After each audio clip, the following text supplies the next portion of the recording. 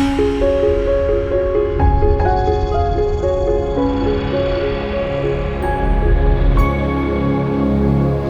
everyone, I'm Nabil El-Gaburi, Executive Director of CAMFT, and I'm here with President of CAMFT, Katie Vernoy, and our President-elect, Catherine Leff, to talk about the process of updating the CAMFT bylaws, which is happening over these next few months. We want to make sure that we are providing all CAMFT members with the information and resources they need to feel really comfortable with this most recent bylaws update. That's so true, Nabil. It's great to be here at the CAMFT offices with you both and to share this information with our members. As the current president of the CAMFT Board of Directors, I first want to really thank the bylaws committees and board from the last 8 years for all of their hard work reviewing and editing the bylaws. After a vigorous review and discussion process, we found a lot of areas of the bylaws, over 400 areas in fact, that eventually need to be updated. And so we knew this process in its entirety was going to be huge.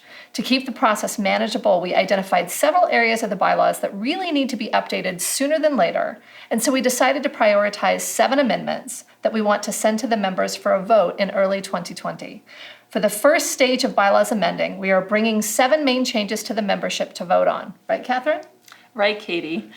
And we are only approaching the membership with these 7 big ticket amendments to be voted on in spring of 2020. The other less time-sensitive amendments will be discussed and voted on later next year or even in subsequent years. Nabil, Katie, and I are going to outline what these 7 amendments are in just a minute. But first, I want to ensure the membership, as President-elect of CAMFT, that we are going to be as transparent as possible every step of the way with this bylaws process. We are going to publish these 7 proposed amendments in the Therapist magazine. We'll send out several emails to the membership that outline what we're doing. We'll be hosting 2 live events, one in Northern California and one in Southern California, and we'll also host a live webinar. All of this information will be available on the CAMFT website for members to review at any time. Sound good? So the moment you've all been waiting for, we're going to list for you now these 7 proposed bylaws changes that will be voted on by the membership in the spring of 2020.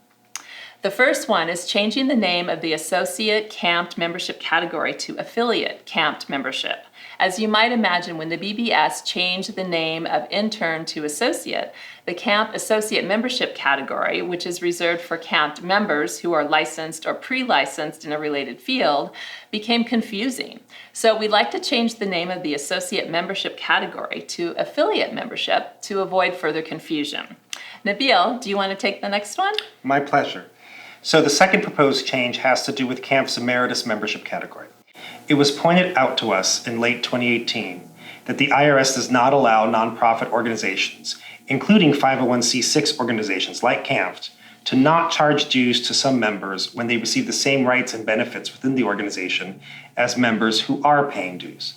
Since Emeritus members have voting rights and equal access to member benefits, it is a legal violation to not charge them dues.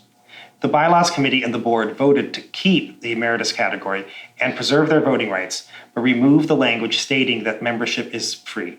CAMFT staff will work to create a few options of a dues benefit structure for Emeritus members, and Emeritus members can decide whether that membership works for them, move into a clinical membership, or discontinue the association. Katie, why don't you take the third proposed change? Thanks, Nabil. The third proposed amendment change has to do with the electronic transmission of information. This change would affect many different areas of the bylaws that talk about getting information to members, including how we transmit information for board elections and how we conduct the voting process for CAMFT elections. We wanted to prioritize this change especially because if we can amend the bylaws to allow for electronic transmission of information, in addition to and sometimes in lieu of paper communications, we'll also be able to handle the remainder of the bylaws amendments through electronic transmission, which would save an awful lot of paper, time, and money for CAMFT, as well as make us all feel better and more eco-friendly. Catherine, you want to take number 4? Sure, Katie, thank you.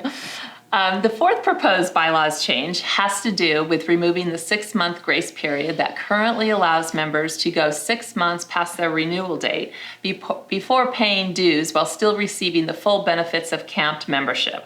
On average, about 3,200 members take advantage of the 6-month grace period, which leaves CAMFT with over $400,000 in uncollected dues. This is just bad accounting practice on our part, and so we want to make sure we're fulfilling our fiduciary responsibilities to the full membership and ensuring members are paying dues on time. Nabil, why don't you tell us about proposed bylaw change number 5? I would love to.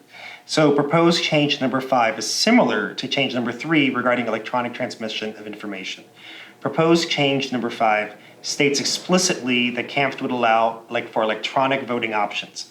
This will allow for a more green and efficient process of obtaining member votes on board elections and bylaws amendments. This amendment would also add language from the Corporations Code that has to do with vote counting requirements, because we want to be more transparent to members regarding California law. Phew, we are almost there. How are you two holding up? Good. Okay, who wants to take number 6? I will. The 6th proposed change has to do with who is allowed to sit on the CAMFT Board of Directors. Right now, the bylaws state that we can only have 2 board members who are duly licensed to practice health. The purpose of the section in general is to ensure that the board is made up of MFTs who are focused and dedicated to MFT issues. But this provision doesn't make allowances for members who might have health licenses that really wouldn't compete or interfere with the dedicated work of MFTs. So this proposed change would clarify that dual licensure exclusion only applies to duly licensed folks who have an active license, not retired or abandoned secondary licenses, as psychologist, clinical social worker, professional clinical counselor, psychiatrist, psychiatric nurse practitioner, or psychiatric physician assistant. Whew. Okay, one more. Catherine, want to share number 7? Yes, thank you, Katie.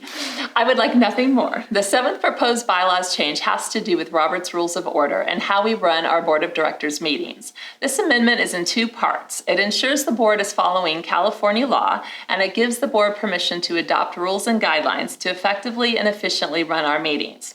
So I think that's it.